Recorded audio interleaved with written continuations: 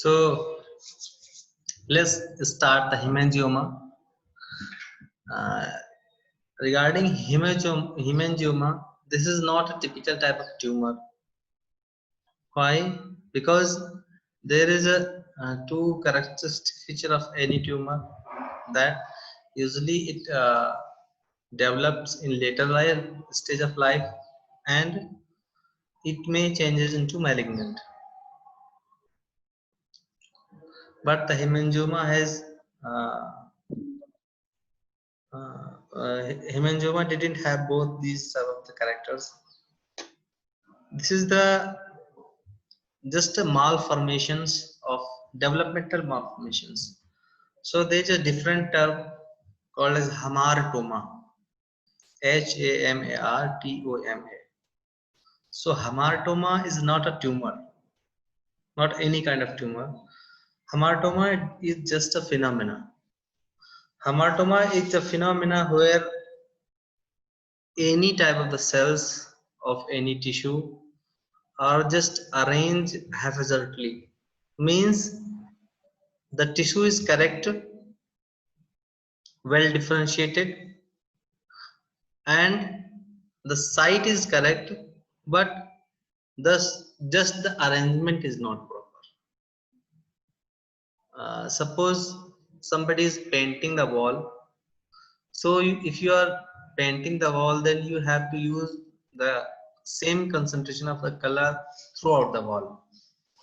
Suppose you are painting wall with a blue color, so you have to paint the wall just like the same color should be throughout the wall. But what happens if somebody is painting and you are just the concentration of the color is different on the wall, means somebody has painted the wall and color particular area with very high concentrations and leave other area normal, means you are using the same color, you are using the same wall, but your the pattern is different, means the somewhere concentration is more, somewhere concentration is less. So this is type of the when phenomena happens, then this is called the hamartoma, when the tissue is normal but the arrangement of tissue is not proper. You are getting my point? Means this is the only the developmental malformation of the blood vessels, where the blood vessels are absolutely normal, but the arrangement of that this tissue of that vessels is haphazardly, somewhere they are aggregating and collecting in a particular area in very high concentrations. So that's that area develops, looks like a mass, looks like a tumor. That's why it is called hamartoma. You understand? These lesions are always benign, never show any kind of that metastasis. Understand? So there is three type of the hemangioma. So when this hamartoma phenomena, these hamartoma develops in that that vascular tissue, that either capillary, either veins or the arteries, then it is called hemangioma. So there is three type of the hemangioma are present: capillary hemangioma, venous or cavernous hemangioma, and arterial or plexiform hemangioma. So the capillary hemangioma, there are three varieties in the capillary hemangioma: Strawberry angioma, port wine stain, and Salmon pouch. Means all these lesions include the same tissue, capillaries. Means there is a different arrangement of the capillaries, development of hamartoma and capillaries, but pattern is different, the presentation is different. That's why the name is different. So first, strawberry angioma, or the raspberry strawberry nevus. So these conditions uh, characterized by a present of a mass usually appear in the first or the third week after the birth, and uh, initially it is flattened, and later on with the growing, at the age increases, the size and size of that mass increases, and growing, and lastly it may develop just like attain a typical shape of that strawberry. You can see that here you can see this is typical strawberry shape. It may involves that subcutaneous tissue, the skin, rarely muscles and subcutaneous tissue, because there is the capillaries are arranged and in very high concentrations. So that's why the blood in there, there is a fresh blood in that capillaries, causing its typical dark red color of that, just like a strawberry. They are sessile, means that the flattened, no pedicels are there, dark lesions, and the compressibility is there. Compressibility means, we already have discussed in the examination of the swelling. The compressibility test means whenever you compress the swelling, then for the just a few time, few minutes or few seconds, that that lesion become completely disappear, and suddenly when you release the pressure, it fills again.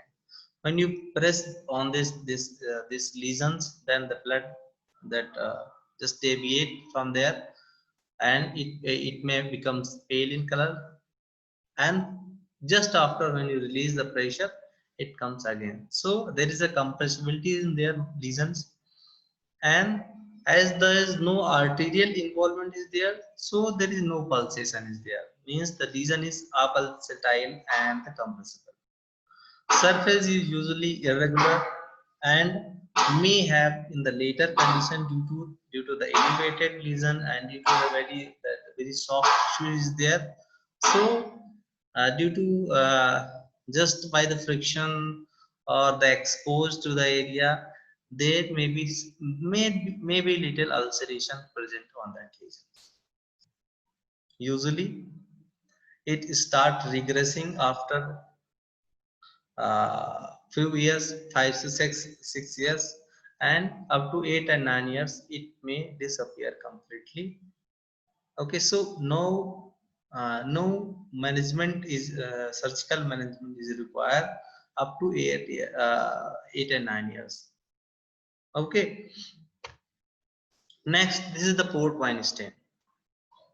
So this lesion is completely different from that last one, uh, strawberry nevus.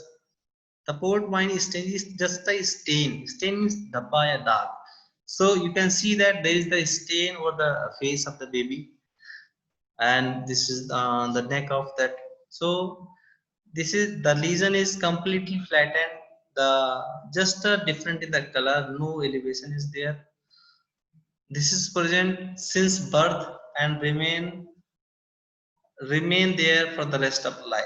Means no regression, no involution is seen in these lesions. This is also called the birthmark because it present at the birth and never disappear. Maybe in the growing stage, maybe the color may be little fed up, little lighter, and it increases in the size as the body grows.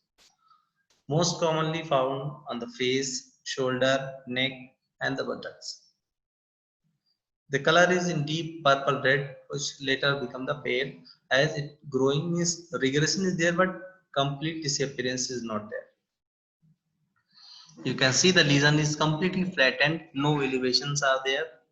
Unlike to that strawberry, no ulceration is there.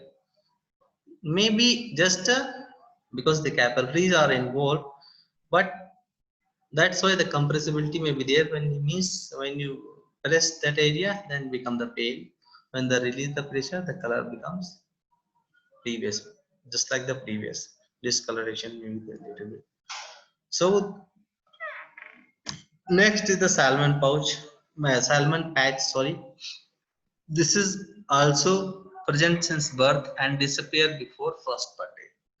Means this is the also kind of the birthmark that involves the capillaries, haphazard, improper arrangement of the capillaries, usually present on the midline of the body, either in the face, that either in the occipital area or somewhere in the chest, but it disappear completely before the first birthday, so no treatment is required. So this is the similar lesion to that uh, port wine is stain, because the lesions is not elevated, flattened lesions, compressibility also may be there, but these patches shows the sign of involution or regression, means within 1 year it disappear itself. So regarding the treatment of these kind of the hematomas or the may called hemangiomas, the wait and watch policy is the best. Means you have to do nothing, just wait and watch until the 7 to 8 years. So that strawberry hemangioma usually disappear on the age of 8 to 9 years. So till then you have to just advise to the mother of the patients, mother of the baby, that they should keep safe from the any kind of the trauma, so that may cause the bleeding. So just keep the safe that lesion from the trauma, nothing else is required. If in some cases, if it present later life, okay, so the cosmetic disfigurement may be the concern of the patient. So in that cases, some few therapies may be advised to the patients, few remedies you can advise to the patients. If the lesion is big and having a pedicels and not very large, and it is having it's present on the area which is exposed, so that causes so much cosmetic disfigurement. In that cases, excision of that lesion along with that skin graft may be advised to the patient. There are a few other remedies, just like the application of carbon dioxide snow, means the carbon dioxide in the powder form can be applied. The injection of that hot water or some hypertonic solutions or some sclerosant may have some good results in few lesions. X-ray therapies may show good results, and maybe injection therapy of the steroids locally at at the site of these causes the just regression and that's called what called sclerosing of that lesions, that capillaries may be blocked, so that lesion becomes uh, just regress. So these methods can be advised only if the patient is concerned about that cosmetic treatment.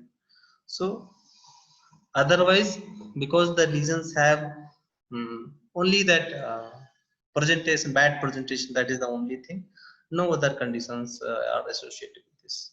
So wait and watch policy is best to just to ask the patient to wait and watch for 8 to 9 years. If it is not regressed or disappear, then you have to do something. Next is that venous hemangioma or cavernous hemangioma. So this is the kind of the hematoma which includes the venous tissue, means that veins are dilated. Just venous tissue is collected at the particular area and increase in size, so that the tissue looks like spongy, goggy, feel just if it is present on the skin, just like in this picture you can see in the hands. So just like the features of uh, that venous disorder we already had discussed, when the veins are elongated, tortuous. What is called? Anybody? Varicosity.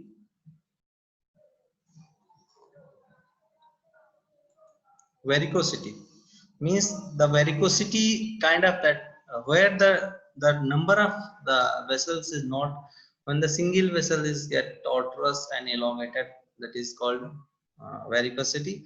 Here also the presentation is similar like varicosity. It is also present since birth, but it doesn't show any kind of the involution.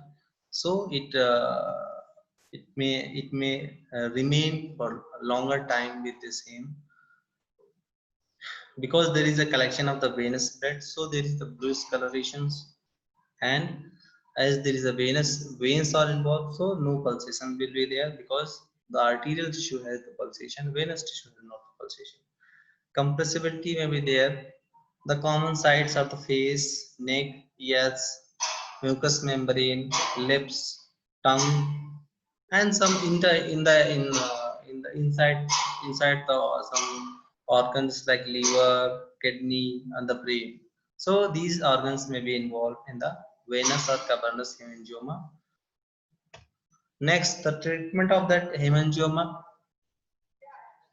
More often, the conservative management is enough, means nothing surgical is required. But if the surgery is required, then the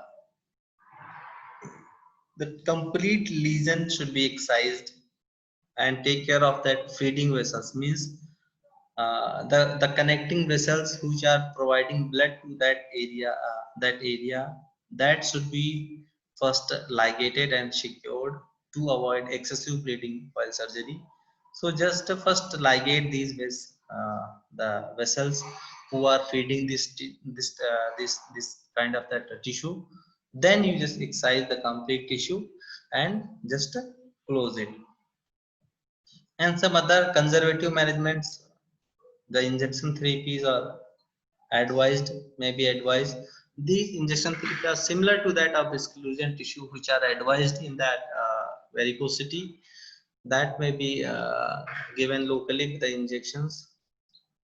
That multiple settings may be required, because in the single city the sclerosis may be not be acquired enough to contract complete tissue. So there 5 to 6 settings, maybe weekly, may be given to that lesion, so that complete lesion may be regresses. Next thing, like spider nevus. This is all kind of small, the tumor, or just kind of small that lesion, where the arterioles are involved, and this development of the arterioles in that radial manners. And just like spiders, spider web. So in there is one center part, and there is radiating other vessels. So here the one center part where the other arterioles are connected with this, they are usually present on the face, the trunk, and the arms. The compressibility may be there because arterioles are involved. So, and it has been seen that it is always have associated with some liver disorders, chronic liver disorders, and some other condition where the estrogens is produces in very high amount. So, uh, and uh, and this once it presents, so it remains for life. Till then, the main cause means if the patient having the tumor in the liver, if the liver it is not cured, or that then it will be remain for the same throughout the life. So these the liver cirrhosis is also condition in which that nevus may be found. So this is always have some association with the liver disorders. Next is the arterial or plexiform hemangioma. So this is the type of the congenital arteriovenous fistula, means where that tissue involves both kind of the that lesion involves both kind of tissue, arterious and venous tissue. So because the involvement of the arteries, this lesion has the pulsations, and it just feel like a feeling like a bag filled with earthworms, because there is the veins are there and the arteries are there, both are connected at this, that's why it has increasing the size, and compressibility may be there, but it has the pulsation due to the involvement of the arteries. It may require, usually present remain present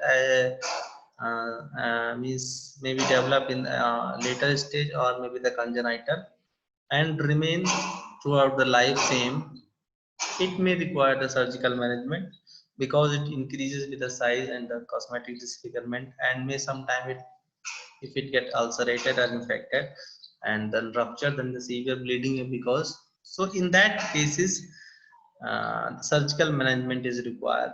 The surgical management includes just the ligation of the vessels. So how you ligate?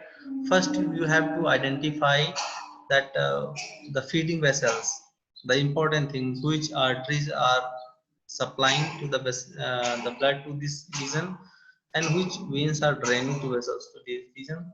So first identify these vessels and just ligate it. Then you excise the lesion. And the one method, the therapeutic embolism of the feeding artery. You know, the embolism is just the blocking the vessels, blocking the artery. So the therapeutically it was done, embolism was done in that feeding artery, so that it blocks. So when when that feeding artery is blocked, then come later tissue, it get regresses. So that can be excised by the just in the local, or that whatever anesthesia depends on the choice and availability. You can excise this mass, but there is a chance of severe bleeding. So be prepared always. You must have some that equipments, diathermy, so you can secure the lesions by the bleeding, because there is the arterial involvement there, and arterial bleeding is very much dangerous, very difficult to control. So these can be rarely, this surgery is required, but if it is required, then you can do it. So here just that hemangioma is finished today. Next topic is the neurofibroma. So this is also called that, this is also kind of the hematoma of that neural tissue, neural tissue. That neural tissue is developed. Just arrangement is the tissue is normal completely, but the that arrangement is improper. So it has been said that there is 3 layers of the nerves: epineurium, perineurium, and the endoneurium. So that neurofibroma, it is the lesion which start growing from the endoneurium. It may involve that peripheral nerves as well as the central nerves. So this is all the of the 2 types, local and generalized. Local neurofibroma is where the single lesion is present in particular nerve involving the subcutaneous tissue, and mostly present in the extremities and the median nerve as well as in the ulnar nerve. Means this lump or the swelling is present on the covering of the nerve, any nerve, and it grows from the endoneurium. It is made from the connective tissue, It may involve skin and skin as well as some subcutaneous tissue also. It is hardened. It has well-defined margin. Usually in the local, it is pedicel. It has a pedicel, and usually only the that mass, the lesion is the only features. It is asymptomatic, no pain should be there.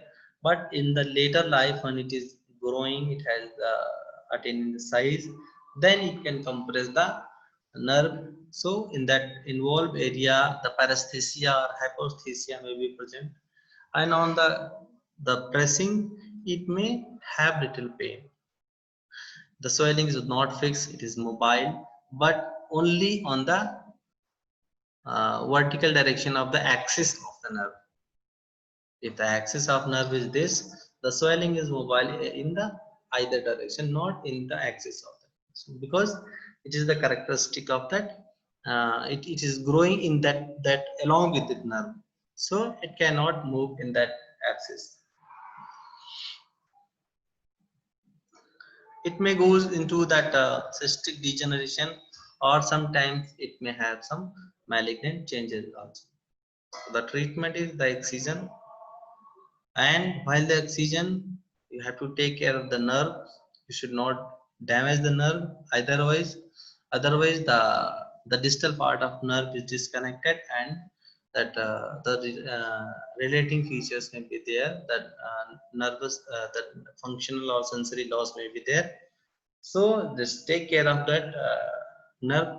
If the nerve is completely involved and you cannot you are not able to completely separate that mass from that tissue, from that nerves, so in that case that section should be excised.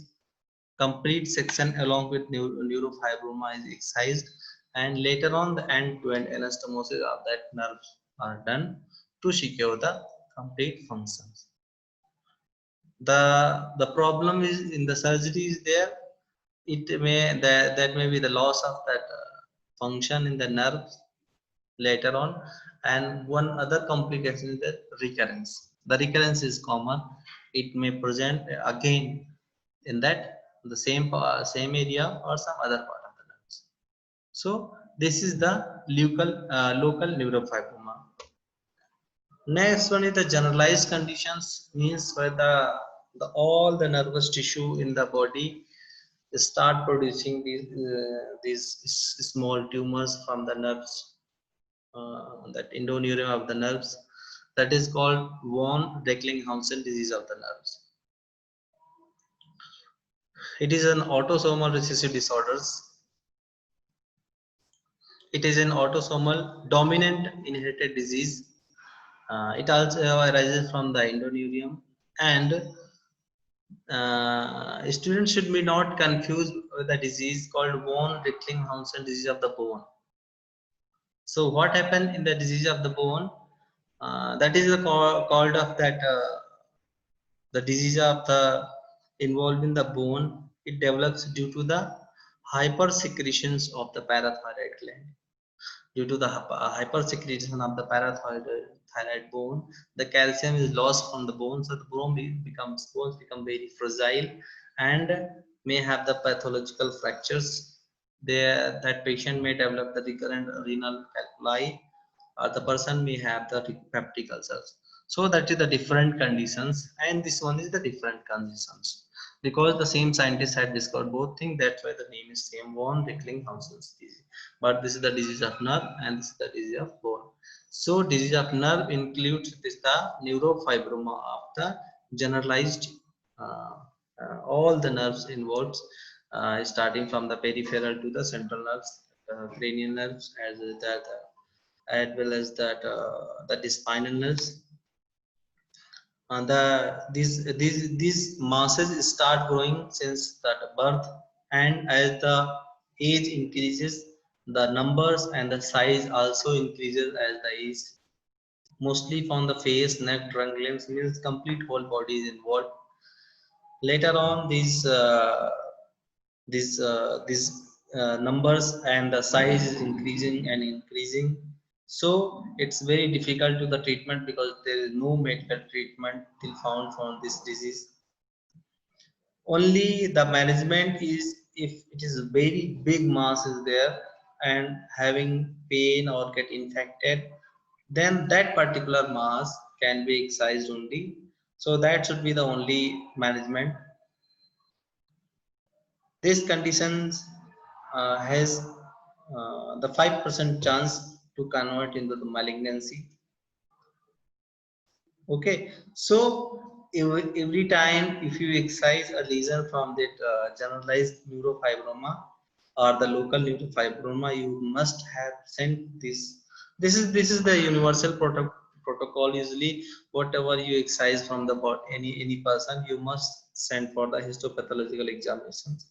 But in this condition, it is mandatory to know any kind of the malignant changes.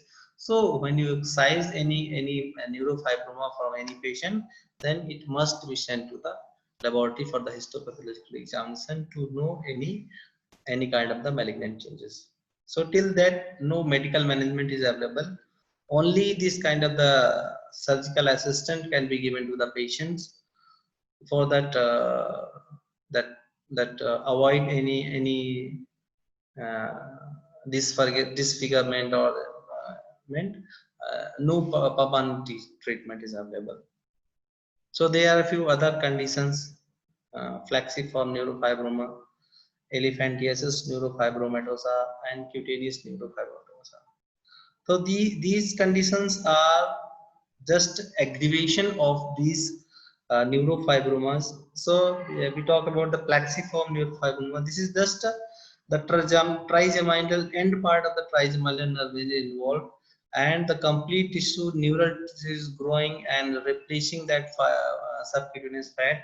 So this is the hanging mass is there in that trigeminal area.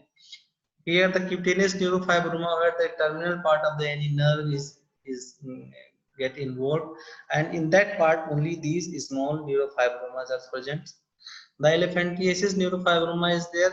Elephantiasis neurofibromatosa is the condition where the end part of the any nerve is involved, and that so much neural tissue is developed, so that it just compressing the fat and compressing the blocking the lymphatics, that causes that huge collection of the lymph, and that tissue become very hardened and the fibrous tissue is there. So it looks like that the skin very become very dry.